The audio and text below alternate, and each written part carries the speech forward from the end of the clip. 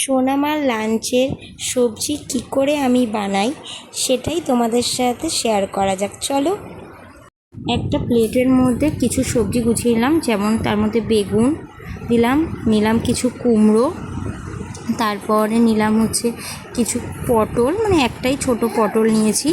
তারপরে একটা শিম ছোট ছোট করে কেটে নিলাম, যাতে কারণ শিমগুলো সেদ্ধ হতে অনেকটা টাইম লাগে, তাই ছোট ছোট করে কেটে নিয়েছি। তারপরে হাফ আলু কেটে নিলাম আর একটা টমেটো নিয়ে ভালো করে এটা কেটে নিয়ে গুছিয়ে নিলাম মায়ের সবজি নিয়ে। এই হাতে আর কিছু সবজি থাকলে তোমরা দিতে পারো। তারপরে এদিকে ডিম সেদ্ধ বসিয়ে দিলাম, কড়াইটা একটু গরম হোক, তারপরে তোমাদের সাথে আবার দেখা হচ্ছে।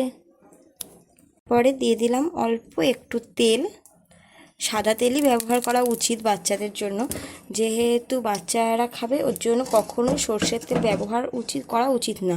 তাই আর বাচ্চাদের জন্য যত কম তেলে খাওয়ানো উচিত ততই ভালো। তো তেলটা একটু গরম হোক, তারপরে সবজিগুলো দিয়ে বাকি রান্নাটা তোমাদের সাথে শেয়ার করা যাবে। তেলটা গরম হয়ে এসছে, অল্প একটু দিয়ে দিলাম জিরে ফোড়নের পর দিয়ে দিলাম একটু হালকা করে জিরের গুঁড়ো, তারপরে দিলাম হলুদ,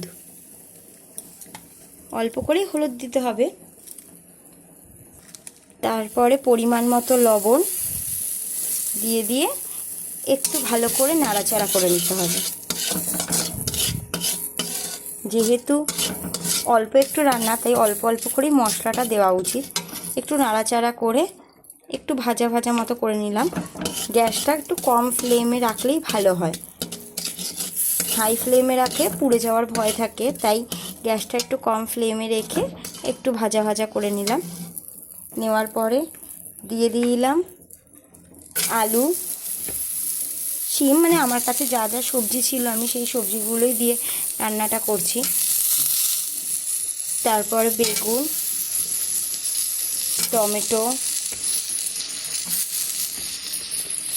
আর কুমড়ো, আর বাকি যে সবজি তোমার পছন্দ করে দিতেই পারো। তারপরে দেখালাম তো মেয়ের জন্য ডিম সেদ্ধ বসিয়েছি, এরপরে এই ডিমটা এর মধ্যে দিয়ে দেবো। যেহেতু আজকে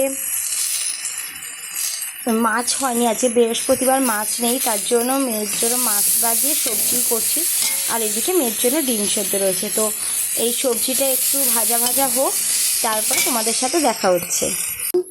মশলাটা কড়াইতে লেগে যাবে, তখন একটু জল দিয়ে একটু নাড়াচাড়া করে নিতে হবে, যাতে মশলাটা একটু ভালোভাবে সে ভাজা হয়, যাতে হলুদের গন্ধটা না থাকে।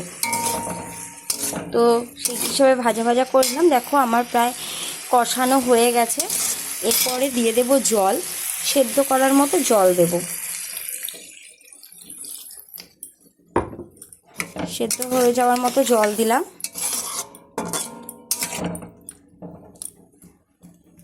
আমার এইটুকুনি জলেই সেদ্ধ হয়ে যাবে।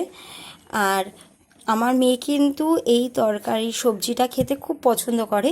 যাদের এরকম ছোট বাচ্চা রয়েছে তারাও এরকম করে সবজি বানিয়ে বাচ্চাদের খাওয়াতে পারো, দেখবে তোমাদের বাচ্চাও খুব পছন্দ করে খাবে, বায়না করবে না। আর এটাও স্বাস্থ্যের পক্ষে কিন্তু খুবই ভালো। তো তোমরাও এভাবে একবার ট্রাই করে দেখতে পারো। তো চলো, তরকারিটা হয়ে যাক, সবজিটা হয়ে যাক, তারপর তোমাদের সাথে দেখা হচ্ছে। জলটা কমই রেখেছি, কারণ আমার মেয়ে বেশি ঝোল খাওয়া না পছন্দ করে না। এবার যারা মনে করো যদি যে না আমি একটু ঝোল রাখবো, তো একটু ঝোল রাখতে পারো। আর যদি মনে করো যে না একেবারে এরকম সেদ্ধ হওয়া অবধি বসা করে নেবে, তাহলে তাই করতে পারো। এবার এটা একটা বাটিতে তুলে রাখবো, তুলে রাখার পরে চলো মেয়ের খাওয়ার সময় তোমাদের সাথে দেখা হচ্ছে। টাটা। সোনার থালা, তার মধ্যে নিলাম অল্প এই কটার মতো ভাত, যেহেতু সবজি বেশি তাই।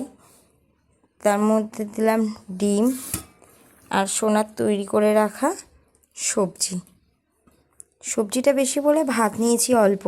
এবার এইগুলো সব একসাথে মেয়েকে খাওয়াবো। তো কেমন লাগলো প্লিজ তোমরা জানিও। Tata, bye bye.